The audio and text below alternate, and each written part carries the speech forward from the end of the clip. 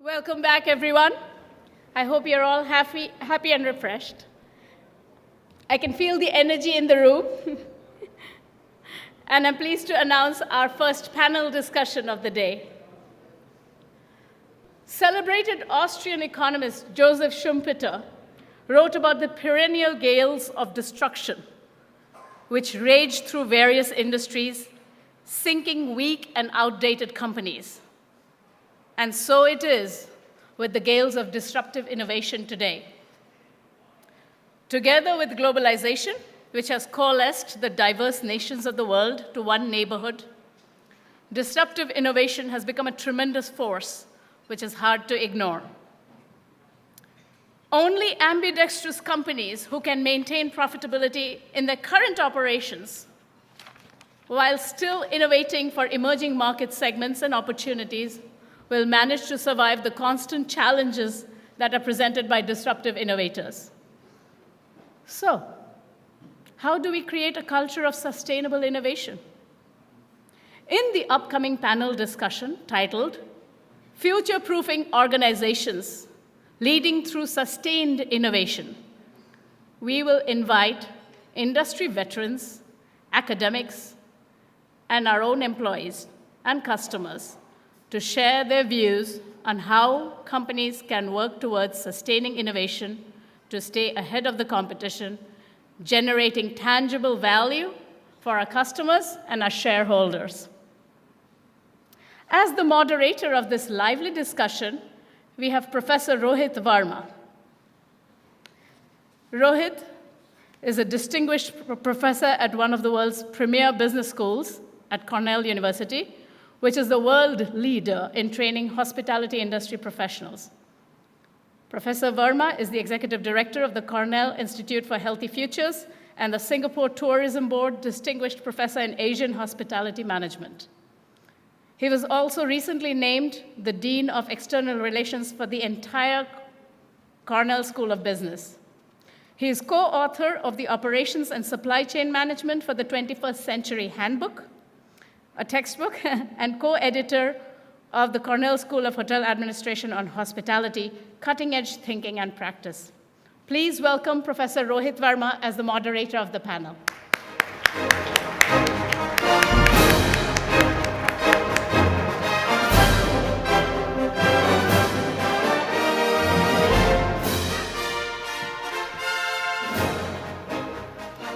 Our first panelist, joining us from New York, has been transcendent in transforming our industry. Her work in the travel space has led her to senior-level executive positions with organizations like Cendant, Galileo, Travelport, and others. She recently retired as Senior Vice President of the Wyndham Hotel Group. She is now the founder of Navesink Advisory Group, which offers strategic business advisory and consulting services in the travel, hospitality, and related technology industries. Please welcome Flo Lugli.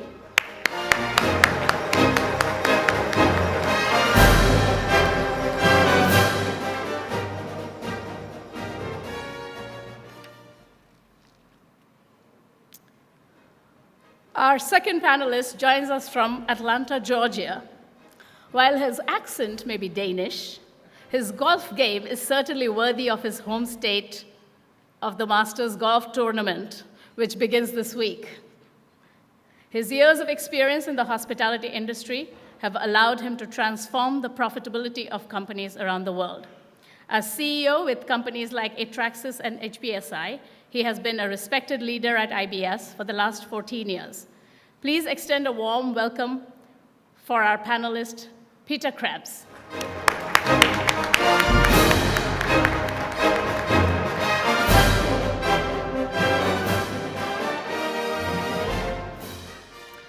Our next panelist hails from Sydney, Australia, an operations guru who has leveraged next-generation IT and process improvement initiatives into building Qantas Freight into the behemoth we know today, and later heading their operations development.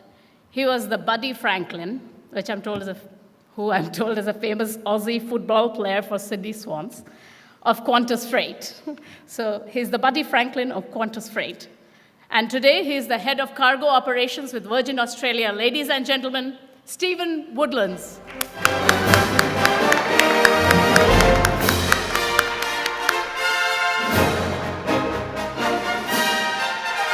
Unfortunately, our panelist, Bill Cavendish from Emirates, could not join us today. So our CEO has gamely volunteered to step in as our final panelist. He needs no further introduction, our CEO, Rajiv Shah.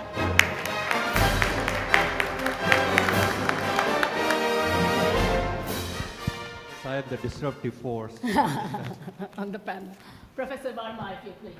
Thank you. Hello, everybody. Good morning.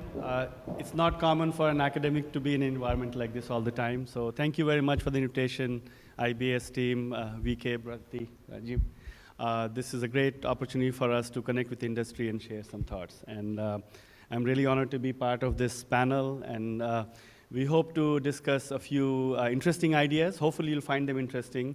At least we did when we were discussing them last night during dinner.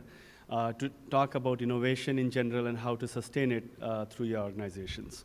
So we thought we'll start this discussion by first giving a brief introductory remarks from each of the panelists, and then we have a set of questions which we have prepared. We'll go through them, and then there'll be time for audience Q&A as well, and then we'll quickly wrap up with some closing remarks from all of us.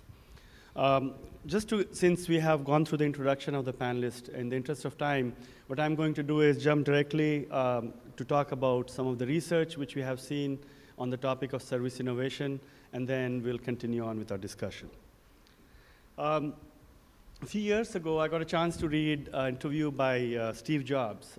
We didn't hear this name this morning, surprisingly, when we were talking about innovation. And anyway, the interview was about Steve Jobs being asked to explain the difference between invention and innovation. I don't know how many of you saw that article, but his answer was very simple. Invention is creating something new, and innovation is creating something new which makes money. That's it, right? And very simple, at the same time very powerful, but in academic world, we like to define things in a little bit longer sentences so that we can confuse everybody. So here it is, right? Generally speaking, service innovation is successful creation and delivery of a new or an improved product, service processes, organization, supply chain, or a business model. That covers everything, by the way. But very simply, it means that we are taking an idea which either adds value to the customer above and beyond the other alternatives, or it reduces cost to the organization and gives higher profitability, or both. So that's the idea, right? But this broad definition doesn't talk about the nature of innovation.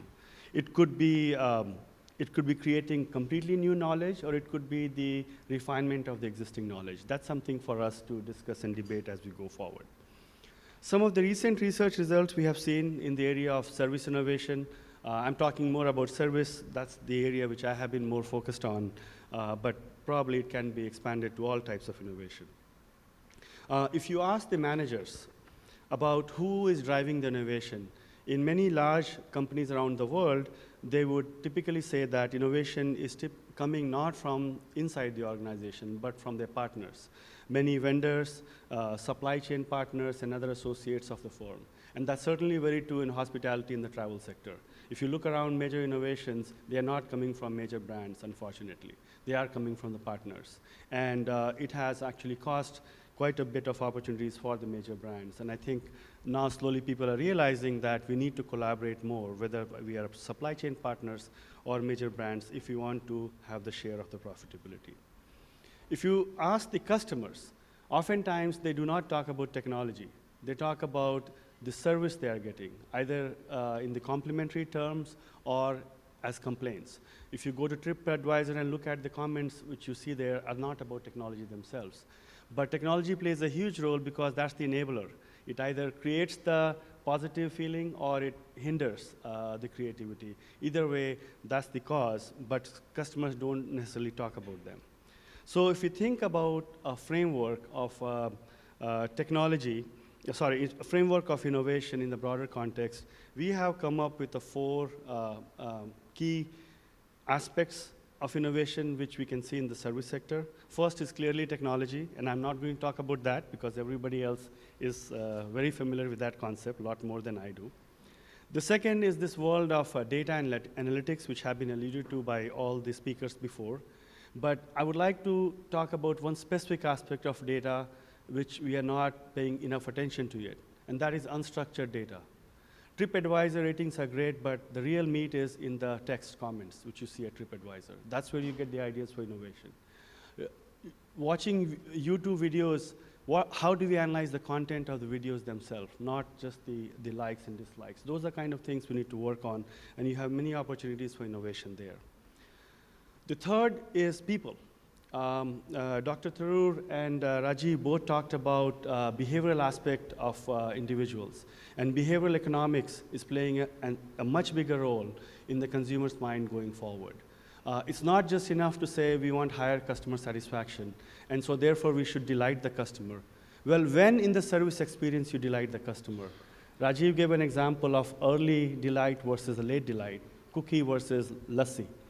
That's a decision to be made based on the behavioral economics principles and psychology of human behavior.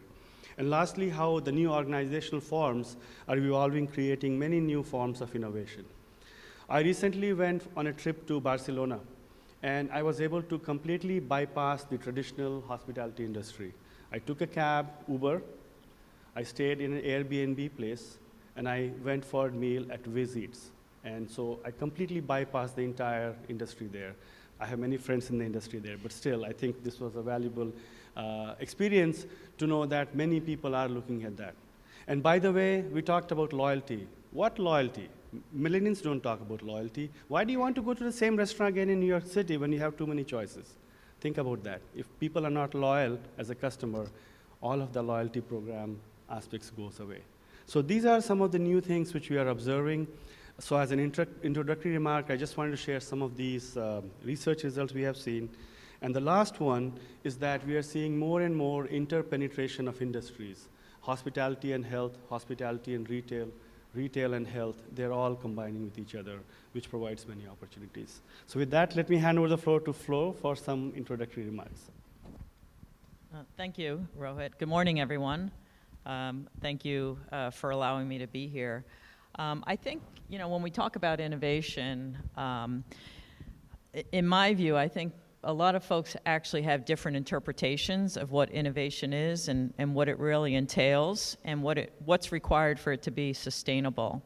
I have to say that for many that I've talked to through my career, it's more of a buzzword, and for others, it's completely random.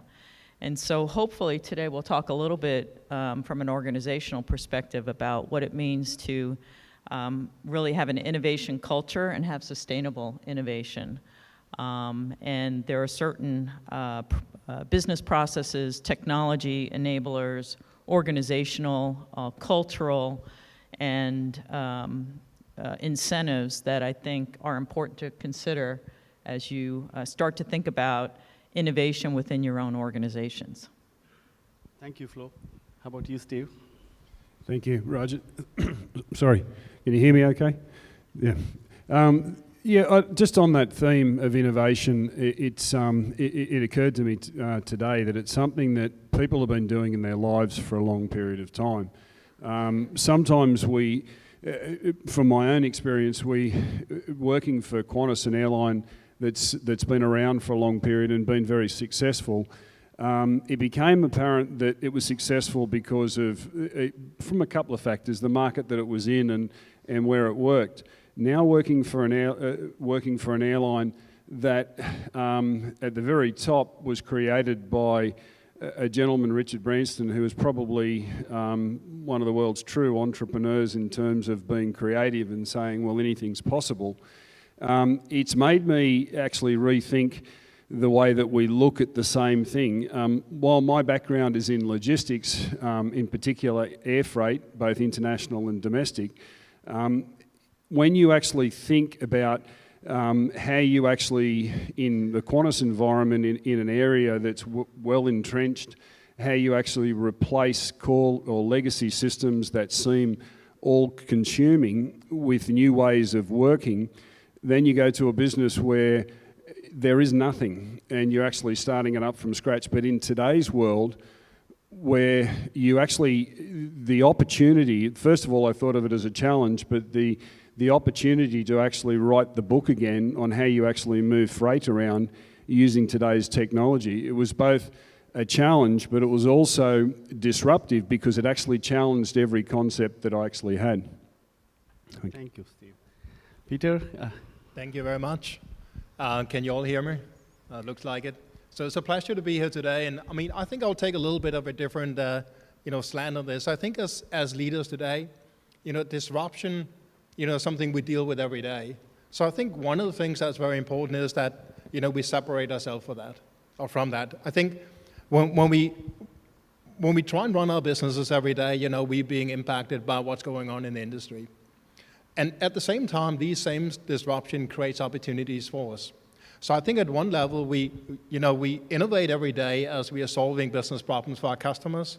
And at the same time, I think innovation is also taking quantum leaps in really changing what you're doing and create a real difference for the customers that you serve. So I think in short, when we look at innovation in our business, we look at it from those two perspectives. There's the day-to-day innovation in continuing to improve what we do. And then there's the quantum leap where we're really trying to change the business model and we're trying to create something new of substantial value for our customers. Thank you, Peter. Rajiv, you get to give the last word on the opening round. Hello. Yep. Well, thank you, Rohit. Thanks. To me, I think that whenever we talk about disruption, the first thing that comes to mind in everybody's mind is technology, right? So how do we utilize technology? How do we utilize the new invention that has come out or something else that is available in the marketplace and all that stuff? I think it's a much larger issue and much broader aspect that one needs to look at. How do you really create the culture of innovation? How do you create the ecosystem for you to work with disparate set of entities, different sets of thinkings, different sets of maturity for you to deliver better results for yourself as well as for your customer? And it involves working with partners. I don't think any company by itself can do this innovation stuff. Okay, whatever the definition is. Whether we agree with the term or not, I think is in today's environment with explosion of data, information, capabilities that are available, ability to develop things in a disparate environments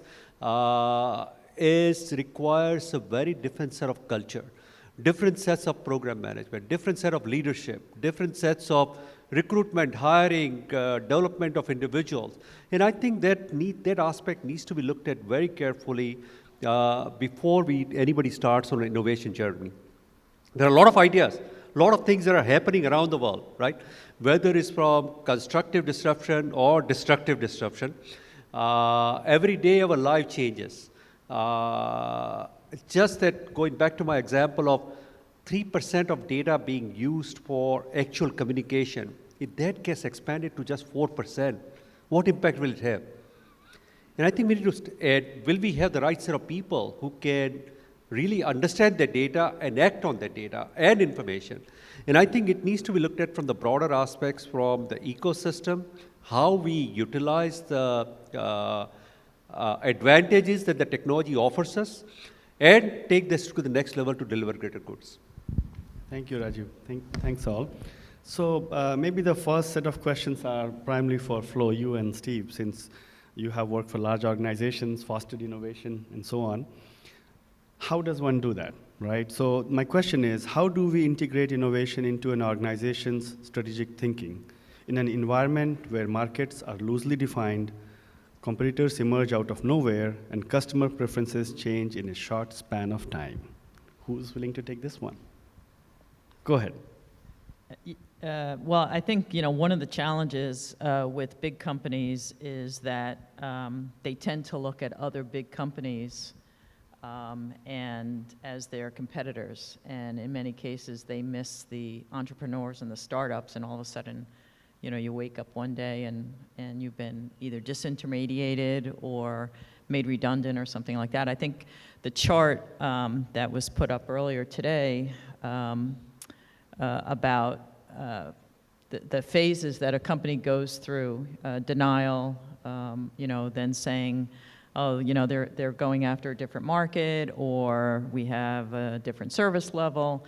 A great example is the Airbnb example, and I've heard most of the major CEOs of the major brands saying that Airbnb is not a competitor. We have, our customers want our high level of service, so our customers won't use Airbnb. I don't know how many conferences I've attended over the last couple years where probably as high as 15 or 20% of the attendees, as you did in Barcelona, were not staying at the conference hotel, but actually had gone ahead and booked an Airbnb. They like to pretend that they're sort of, Mr. and Mrs. Smith renting out a spare bedroom. That's a very small percentage of their hotels. And if you look at true disruption, it usually starts with a company who is addressing a market segment that an established company is not really paying attention to. It is not their core customer. So it's an underserved market, but then they start to move upstream and start to really impinge and infringe on the core customers, which is exactly what Airbnb's doing as an example. But working in a large company, it's very difficult because in most cases the challenges with real true innovation versus being a fast follower or making incremental changes to your business is generally around culture and process. So in order to have a true innovation culture, you really have to look at the culture and make sure that your culture embraces things like failure. It's okay to fail, and what do you learn from your failure? And having worked in large companies who were very focused on that quarter-to-quarter performance, failure is not really looked upon. And you can say it, but it's also how you act. So you also have to walk the talk as well and really encourage it. So most of the impediments are cultural and resources. And I would also say almost death by committee, analysis paralysis, and making sure that there's consensus. And in my opinion, consensus sometimes gets you to the lowest common denominator versus making sure that you're actually getting the right ideas. So those are some of the challenges. I know when I was at Wyndham and we underwent about $100 million digital transformation, we literally had to work on changing the culture and encouraging a lot more collaboration, breaking down the silos, and that was not an easy thing to undertake. So, yeah, thank you, Flo. So Steve, let me just add one comment to Flo's point about failure. I wrote a couple of quotes which hopefully are appropriate here. Here's the first one. It says, "I have not failed. I have just found 10,000 ways that won't work." This was a quote by Thomas Edison. And this is my favorite one, another one. "I have missed more than 9,000 shots in my career. I have lost almost 300 games. 26 times I have been trusted to take the game-winning shot and missed. I have failed over and over and over again in my life. And that's why I succeed." This is by my favorite, Michael Jordan. Go ahead, Steve. No, I think that's a very valid point. There's another one that's is along the same lines about about innovation and the way that we go about doing our business. You can as a manager in a large organisation, you can think of yourself, or as a senior executive, you can think of yourself as either a leader or as a manager. And one of the pitfalls that we can fall into is being managers of day-to-day business as opposed to being leaders.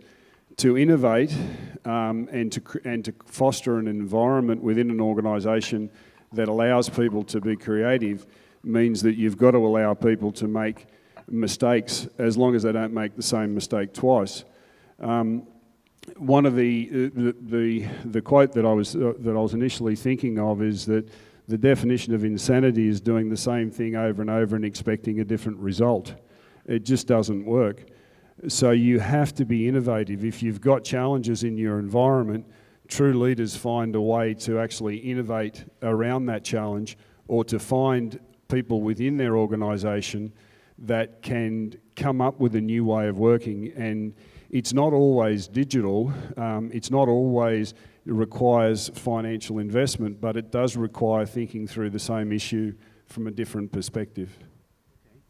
So, Rajiv, you talked about ecosystem of customers, partners, and so on. Both yourself and Peter, you are responsible for working with your clients and partners in innovation. So how can you talk about how we can use that environment, ecosystem to foster innovation in the organization? Sure, I mean, You I'm want to happy start? to. I mean, the business that I run is really a B2B business. So we don't work with consumers directly, we work with partners. So we work with hotel chains, we work with distribution partners. So I think the interaction with them and you know, the close interaction with them, you know, generates a lot of ideas, and a lot of the innovation really comes from, you know, bringing these two peers of you know, partners in the industry together. But I'll also say, I mean, I think from a, you know, business leader perspective, one of the important things is to set direction. Because at the end of the day, I think we want structured innovation, right? We want innovation that drives towards an objective. So I think as business leaders, we have to set some direction to, you know, motivate and drive the innovation in the organization and create the ideas that's going to help drive the company forward. But I mean, to come back to your point, I think a lot of these things happen in collaboration with our partners. So I think technology cycles are getting faster and faster, and I mean, it creates more opportunity, but it also creates a sense of urgency that you can't sit around for a long time with ideas. I mean, you have to bring these to market. And therefore, partnerships is important, because it doesn't mean you have to develop, you know, we often look at this from a technology perspective because, you know, that's the world we live in every day. But it doesn't mean that we have to develop all the technology. It doesn't mean we need to do an end-to-end solution. Many times innovation is also putting things together, and these things can easily come from partners. So I think we have to be open to look at things in the market that we maybe either can bundle with things we do, or that can extend things we do that, again, goes back to creating value for our customers. Okay. Thanks, Peter. Rajiv, you'd like to add? So I guess it's an important aspect of things, and at least very close to my heart. And it could be a provocative statement, but no single company can do these things on their own. In today's environment, the change that's taking place, it requires a strong culture of innovation. From the process, standardization, data security, data information, execution, delivery, all the stuff. But there is so much of information that's available. How do you tie all these things together, right? Is as important aspect of innovation. Given that, I think that today's leaders need to change themselves, and I think you talked about the ecosystem. So it's not just the processes, standardization, ability to work in a factory mode with various sets of suppliers, all that stuff. It is the leadership capabilities that are required for working in this disruptive world. It's going to be very critical. How do you even interact with the customers? What information? So it's not just understanding the simple business problem, articulating your own solution, talking about the business benefits they will derive, how is this going to be sustainable in the long term, what are the changes that are taking place over the next 2-3 years. All of this stuff is very critical aspects of building the leaders. So your hiring, recruitment, development is very important component of any innovation journey that one takes, right? But at the end of the day, I don't want to just give an impression that you need to do all these things. We are here to make money from innovation. Let's be honest, right? I like to sit in a lab and don't do anything and don't worry about any customers, but at the end of the day, we are here to make money, right? It has to have its impact from the business benefits the customer derive, and in the process, allows us to make money, right? So you need to balance all of these things out in delivering the better service and better results to the customer. So you agreed with my Steve Jobs comment earlier. I Yes. agree. Well, Yes. I'm an Apple family, so I cannot Okay. disagree. I'm a stockholder as well. So. Okay, all right, good.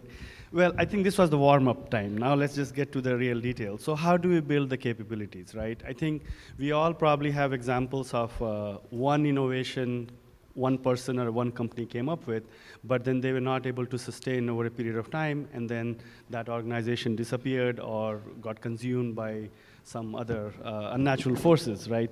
So we want to find ways to develop long-term capability for innovation. So I think if we can get some specific insights from all of you who have gone through this will be very helpful. How you develop processes, training, whatever else. Flo, you want to start?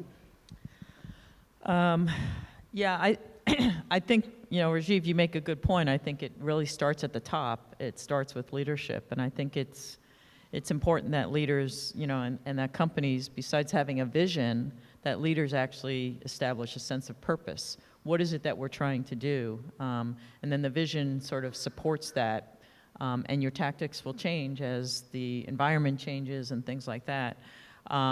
But it does start with strong leadership and buy-in from the leadership, because while the ideas can come from the people in the field, and quite frankly, to Peter's point, I think the ideas can come from your partners as well. In order to really drive things through the organization, it really has to start at the top. And so, the whole process, culture, everything that, freedom to fail, that all has to be blessed and really tie into what is the purpose that we're doing here. I mean, if you look at Apple, their purpose wasn't necessarily to build phones. That's just really how they sort of created the purpose of really to sort of change the world and change the way we communicate, and really, actually, replace the laptop, right? So that was Apple wasn't really a disruption to the phone industry. It was more a disruption to the PC industry more than anything else. But I would say that's probably the most important thing, is to really, a strong leader is going to really drive everything. So let's say we have leadership. How do we develop internal processes and other associated systems in place to make sure that we have sustained innovation? Steve, you want to? I think it's important to, when you're looking at a process or something that you need to innovate or change, you need to actually get right back to basics about what is it that you're actually trying to do or you're trying to deliver. If you think of something, quite often we hear the term looking at something as a clean sheet of paper where anything's possible and anything can be done. You can come up very easily with a whiteboard or a wish list of ideas and concepts and things that invariably will cost money or cost a lot of time, which your organisation may not have. But if you pare that right back and you get right back to the basics about what is it that I'm trying to do, and then if you're bold enough, you'll go home and ask your children. Because one thing about children is that they're not inhibited by something. So their technology, I think the analogy was used before by VK about the most important things in his daughter's lives was their mobile phone and their access to information. The point there being that they weren't hamstrung by a traditional way of thinking, and part of our challenge sometimes is that we can be very hamstrung by thinking about the same problem in a traditional way. If we pare it right back to say, I've got something here that I want to challenge or I want to change or I need to improve through the organisation, there's a way of doing that, and that is by getting sometimes just back to basics and saying, what is it that we want? And then doing those simple things of asking customers, what is it that they would like to do differently tomorrow? And then working with them to actually deliver that. I can give a very simple example of, because I had a clean sheet of paper to work with just recently, we looked at the way in which our customers domestically in Australia were making their reservations and their bookings, and the cost of setting that up. We now have, in a previous organisation, there were 20%, 30% of customers who were using online services. With the business I now work for, 99.9% of all of our bookings are made online. And that was because we did something very simple. We just empowered our customers to make their bookings online using digital technology as simple as a mobile phone. And it sounds simple, it sounds, oh, well, that's very easy to do, but it sometimes is that simple. Well, thank you. Yeah, some examples will be helpful. Yeah, so I Rajiv, think yeah. that us as a company, IBS, we continue to look at the future of the industry and future of disruptions that are taking place or will be taking place in the industry. Close to 10% of our revenue goes into the next generation platforms that we are building, right? So we are way ahead of what Dr. Shashi Tharoor talked about from the Indian context or for the Kerala context, right? But even important thing for us is it's not the 10%.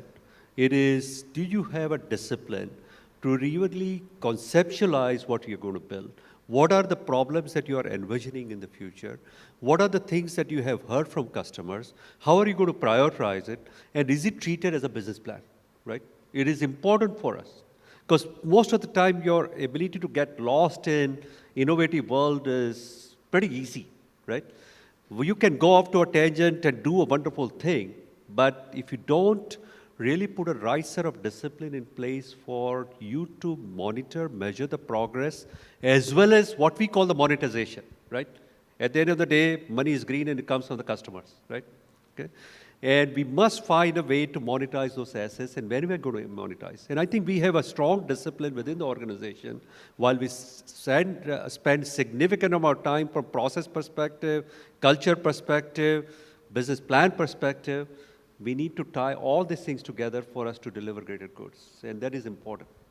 Yeah, and just to talk about how you do it, I can relate what we did at Wyndham, which is a very staid, old-time hospitality company, and we needed to really do a transformation relative to digital with a lot of innovation.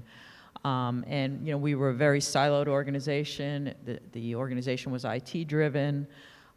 So we actually created a cross-functional team. So first thing we did is we put an executive champion in charge who was responsible. So that sort of comes from the top down. We created cross-functional teams to try and break down the silos. We had the metrics. We had put some processes in together and some tools to measure the progress. We would have, these cross-functional teams would have ongoing daily, weekly meetings. There would be monthly readouts. So there are processes that need to be put together. At the same time, what we tried to do, because one of the things we found as we were going through this is that whoever was chosen for the transformation projects, the other folks who still had to run business as usual kind of felt left out, and they were sort of, well, maybe what I'm doing isn't as important. So we really had to address those concerns with the rest of the employees if they weren't chosen to be part of this. And so we worked very closely with our HR department. We created a whole communication. We actually, our CEO at the time was a real big JFK fan, so we called the whole project Apollo, and we were going to the moon, and so we used all kinds of references to that space program and tried to bring everybody in and let them know that, while two men landed on the moon, it took 10,000 people to get them there. And so we really tried to hand out books about the 10,000 people, the people who sewed the spacesuits, the people who created, the dry food, all of that stuff to try and bring everybody together. So it has to be a program of innovation versus a single project. And that's the best advice I can give. That's a great example. Thank you. Peter, would you like to add to that? Yeah, I think one of the challenges that we face as business leaders as well is how do we measure innovation? I mean, is there a lead measure? Is how many ideas do we need to generate? At the end of the day, the ultimate measure of innovation is the amount of business or revenue you generate from new things. But often in an R&D program, that comes very, very late in the process. And therefore, how do you make sure you're on track? How do you make sure that your business continue to innovate? So how many new ideas do you need to create? You know, Flo talks about failures. Maybe how many failures, you know, do you need to go through before you get to these, you know, really good ideas?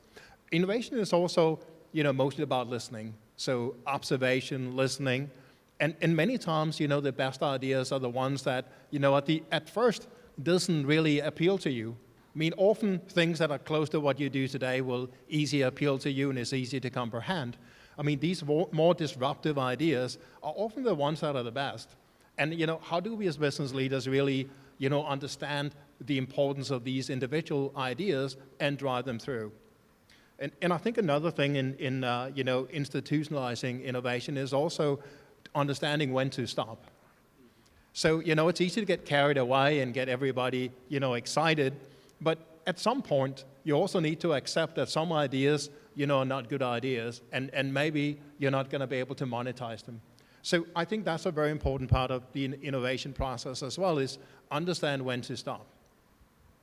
That's great comments, thank you. So in a couple of minutes, I'll ask audience if you have any questions for the panelists here. I have a bunch of questions, but I think your questions may be more interesting. But while you're thinking about it, maybe I can give one or two examples. When we talk about innovation in our classes, we often say that if you are best in the class, then how do you innovate? And the answer is that you have to look outside your industry or your sector. And one of the examples, a classic example we give is about Southwest Airlines when they wanted to reduce their turnaround time. They were already the best, they had the best turnaround time in the industry. They started looking around, they couldn't find a good example, so they looked at Indy 500, the car race, you know, when the car stop for pit stop, and I think they have, a few seconds before they need to change the tires and go back on the tracks, and they use that, their process as an example to innovate. That's one comes to my mind. So perhaps we'll be able to share some more examples later, but in the meantime, if anybody has any questions in the audience, we can take those. Anybody brave enough to, you know, in my classes, if the person who gives the first answer, I give them a sticker or a chocolate later, that may be. Yes, sir, over there. Jamal, right? No. Jamal is over here, sorry. I'm not wearing my glasses. Thank you so much for a very insightful outlay of innovation.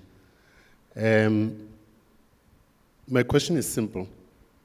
In a long existing organization that is thrown into its culture, whereby things have been done in a certain way, what should be the trigger and where do you start?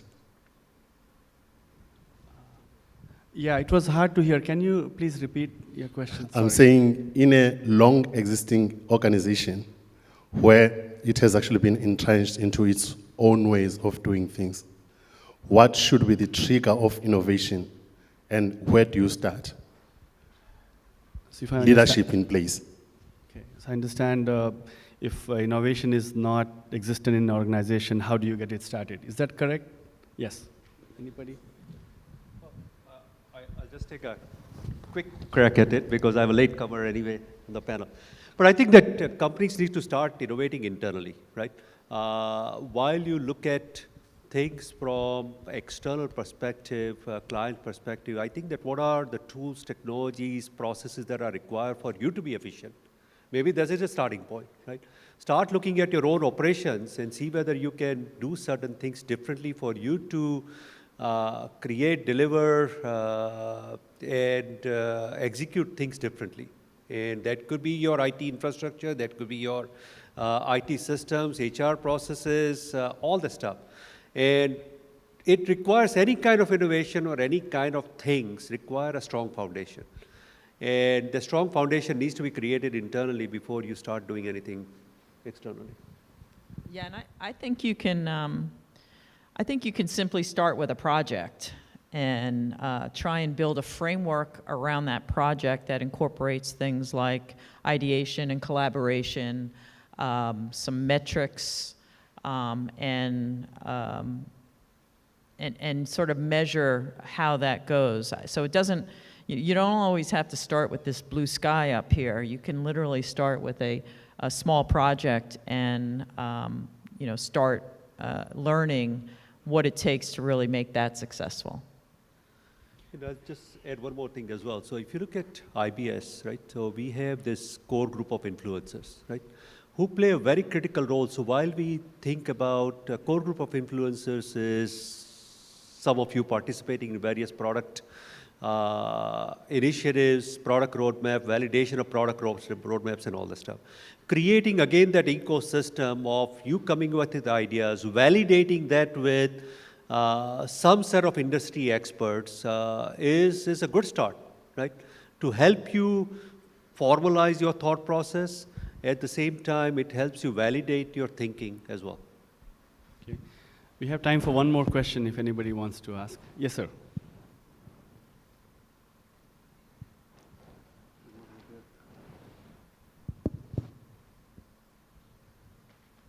Thank you. Sorry, I won't get the sticker this time. You were quicker than I was. That's okay. I have extra. Don't worry. I just want to bring it all together. I'm from Carlson Wagonly Travel, Director for Marketing. And just to summarize a bit what everybody has said today, within Carlson, we are facing this in a pretty competitive environment and ever-changing environment, which is travel, obviously, and commercial travel. And what we did actually was, in first step, look at our people, because lots of people have lots of very great ideas within our company. So we launched a project where we asked everyone to submit an idea. How can we change things? What do you think would be make sense to change actually moving forward? So it resulted to a short list and finally an award for the 5 best projects, and then set up project teams to run down those projects in terms of strategy. So that was one. The other one is also to partner, as you said previously, with millenniums, with startup companies. Carlson Wagonly is a 10,000 company, 10,000 employee company, more than 40 years of experience in travel. How do you reinvent yourself in a very changing environment and with lots of disruptors? So what we did is really build a kind of innovation lab. And this innovation lab is really reaching out to those startup companies within our clients. Some of our clients are Google, Facebook. How do these guys do travel? And believe me, these guys have a very creative way of managing their own travel program even. So talking about disruptive, when you think you have travel programs, you negotiate with the airlines, these guys say, okay, you make the cheapest way to get to your trip, and whatever you save, you can have it to reinvest in something else. So Thank you for your comments. I really appreciate it. In the interest of time, what I'm going to do is go ahead and ask our panelists to give one last advice before we break. So perhaps this time we'll start with you, Rajiv. I always have the last word. No, not this time. No, not with this the first time. word. Okay. No, I think it's a couple of things. One is that we as leaders need to accept the fact that failure is an important aspect of innovation, right?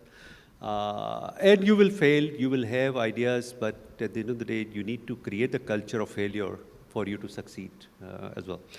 And this goes back to Harish's comment when I met him the second or third time. He says, if there is ever a debate between culture and strategy, culture will win, right? So you need to create a culture of innovation. And that needs to be embedded in everything that you do as an organization, right? And last thing on my closure, do not ignore the political and social disruption, which are important aspects of things. And I gave 2 examples of Cuba and Brussels. Suddenly the world changed. You in the travel hospitality industry suddenly need to start thinking about a different destination, right? And Brussels airport was closed for 2 weeks. What disruption will it have? What impact will it have? I think those are important aspects. So while you look at technology and taking advantage of the technologies, don't ignore the political and social disruptions that are affecting our lives on a daily basis. Thank you. Peter? Thank you. I mean, I think at the end of the day, I mean, I think, you know, one of the important things, I think, is to use all your stakeholders. So I think, I mean, the brightest ideas doesn't necessarily get generated just within your team. You really have to cast a broad net, use all your partners, use all your stakeholders, And then I think at the end of the day, companies that don't innovate, I mean, they don't get anywhere. So we're not going to get anywhere without innovation. So it has to be, you know, and it's a very important thing of what the DNA of any organization. Thank you, Peter. Steve, you're next. Thank you. I think we just need to embrace the fact that we're in an age where if you don't innovate, someone else around you will. And it doesn't mean you have to rush out there and think of 1,000 ideas. You just have to think about the fact that in your business, in your organisation, where you work, in whatever challenge you're facing, that there is opportunities, there's always ways of doing things better, and embrace the fact that there are others coming through. There's generations coming through that don't have barriers around technology-based. They actually assume that the technology we have today has always been there because they didn't know any different. So we just need to embrace that and lead through that in a way of actually fostering that and fostering people to be creative with the way that they challenge today's business norms. Thank you, Steve. Flo? Yeah, and I would just say that don't stick your head in the sand. If you really want to know who might disrupt your business, follow the money, where the investments are being made in the industry. You know, rather you try and disrupt your business than have your business be disrupted by somebody else. So constantly think about, you know, the small guy who you're saying, yeah, that's not our customer. Our customers don't want that, because a few years down the road, you know, they're going to perhaps be eating your lunch. Thank you, Flo. So as the moderator, I get the last word. Okay. You know, Bradati mentioned earlier, I worked for a small hospitality school in upstate New York, and the name of the school is School of Hotel Administration. And so I wanted to give maybe one piece of advice, perhaps as a mindset, if you will, and that is hospitality is everywhere, right? So growing up in India, we were told, Atithi Devo Bhava, that means guest is God. And if we go with that mindset, I think lots of innovation comes naturally. And I'll give you the reason why. If you go back to Latin, there's a one root word which has created many different industries. That root word, hospice, is basically created hospitality, hotel, hospital, hospice, healthcare, and that word means guest. So I think if we can have that idea, then any innovation we do really works. And I think it fits very nicely with what has been said. So with that, let me thank our panelists and for the exciting discussion, and hopefully we can continue this throughout the conference. Thank you. Thank you for a stimulating discussion. Please will you wait for a second, because I'd like to have Mr. Ryofu Nakoshi, who's our head of East Asia operations, give you a token of our appreciation for this great discussion.